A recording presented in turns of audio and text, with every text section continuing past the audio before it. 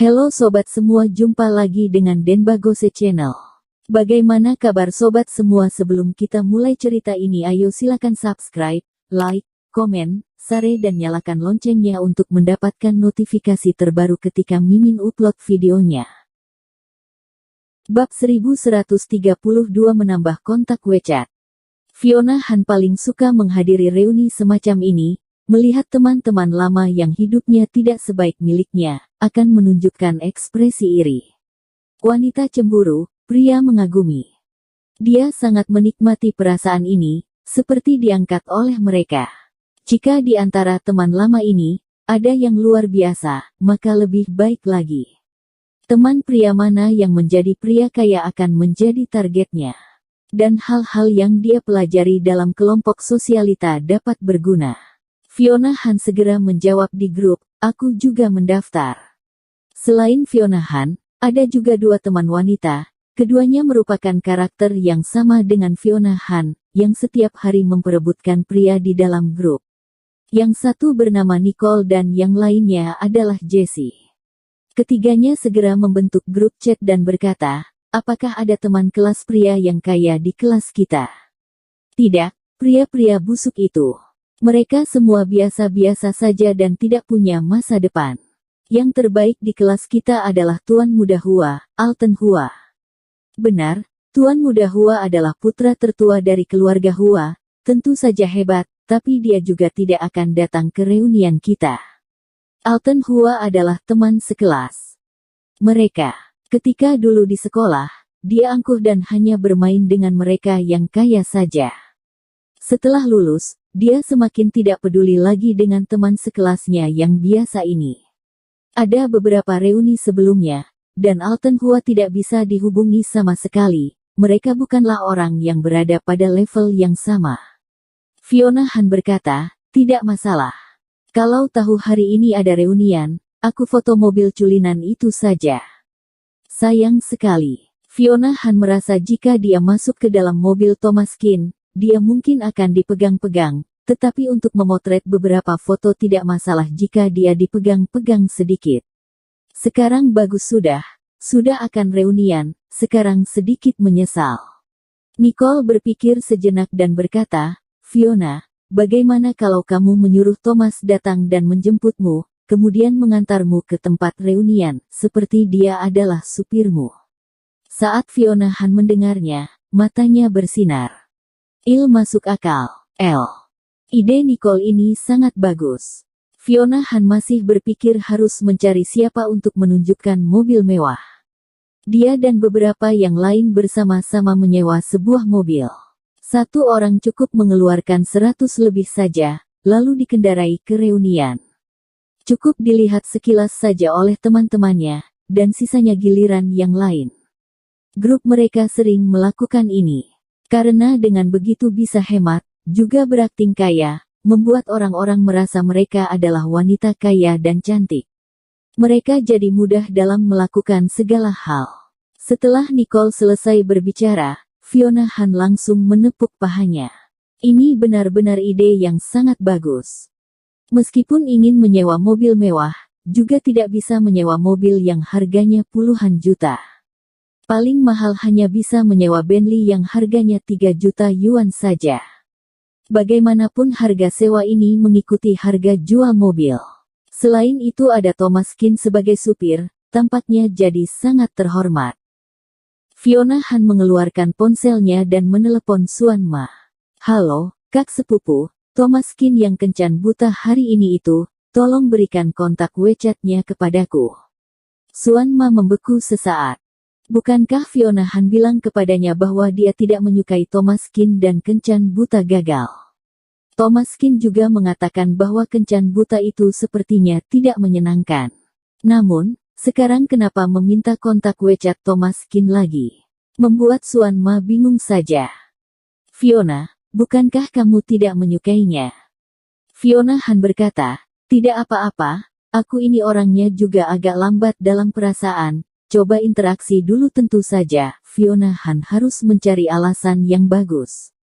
Kalau tidak sepertinya akan terlalu mendadak dan tujuannya terlalu jelas. Bagaimanapun, Mereka adalah kerabat dan harus menghormati Suan Ma juga. Suan Ma merasa bingung. Thomas Kin dan Gedi sudah berangkat. Dia hanya bisa memberikan akun WeChat Thomas Kin kepada Fiona Han. Fiona Han menambahkan. Ding dong. Thomas Kin sedang duduk di mobil Gedi. Telepon berdering, ternyata itu adalah verifikasi pertemanan. Fiona Han, alasan penambahannya adalah sepupu Suan Ma. Thomas Kin membeku sesaat dan tidak terlalu ingin menambahkan. Tetapi karena ini direkomendasikan oleh Suan Ma, rasanya agak buruk untuk menolak. Thomas Kin menerimanya, tidak tahu apa yang akan dilakukan Fiona Han. Setelah menambahkan WeChat, Fiona Han berkata, Thomas Kin kan, obrolan hari ini tidak buruk. Kita menambahkan WeChat, kelak bisa sering mengobrol. Fiona Han mengatakannya dengan halus, membuat orang merasa menolak untuk menyapanya. Dia tidak mengucapkan perkataan yang mematikan, juga tidak bertindak terlalu jauh, seolah-olah memberi kesempatan, juga tidak memberi kesempatan. Namun, Thomas Kin tidak terlalu efek dengan perkataan ini, dia memang tidak menyukai Fiona Han. Oke, menanggapi dengan sopan, Thomas Kin hendak mematikan ponselnya. Namun, Fiona Han malah membalas, begini, ada yang harus kulakukan sore ini. Aku harus pergi ke Grand Hyatt Hotel. Apa kamu bisa mengantarku ke sana? Jika biasanya mengajukan permintaan seperti ini, Thomas Kin pasti akan menolaknya.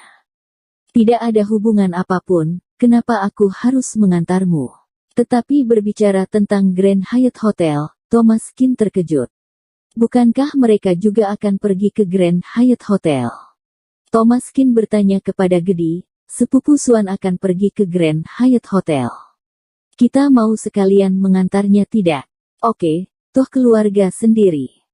Tentu saja Gedi setuju. Sepupu Suan Ma, meski kerabat jauh, juga termasuk kerabat.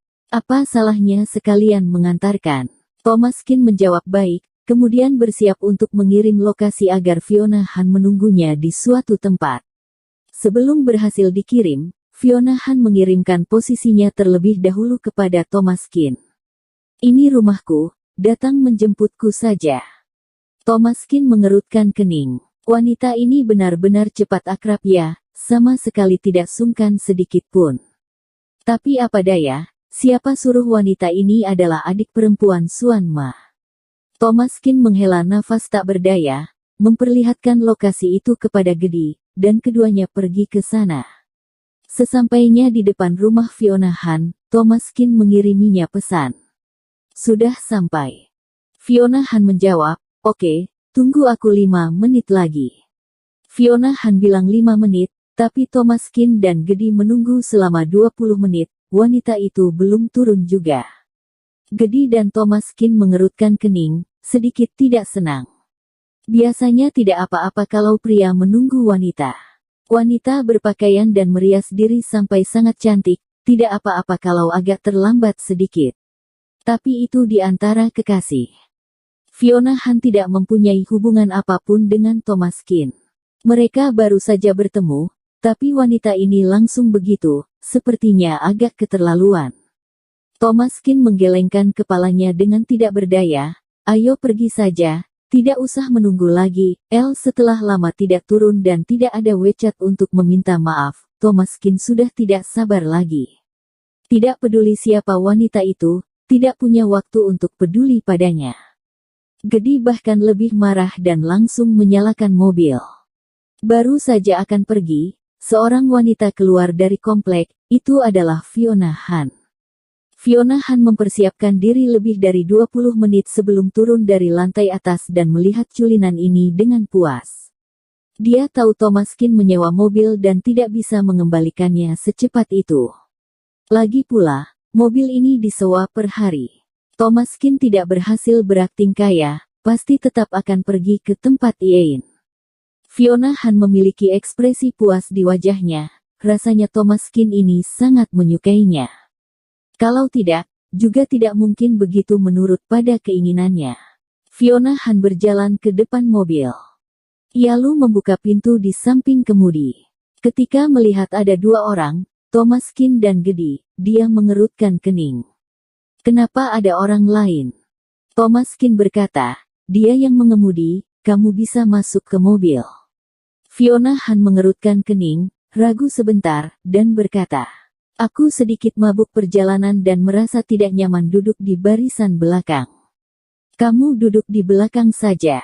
Meskipun kata-kata Fiona Han mengandung sedikit nada memerintah, tetapi Thomas Kin tidak memperhitungkan masalah itu. Baiklah. Kalau mabuk perjalanan, duduk saja di depan. Bersambung. Terima kasih kepada kalian yang telah menonton video ini. Jangan lupa tekan tombol subscribe-nya dan nyalakan notifikasinya untuk mendapatkan video-video seru lainnya dari channel Denbagose.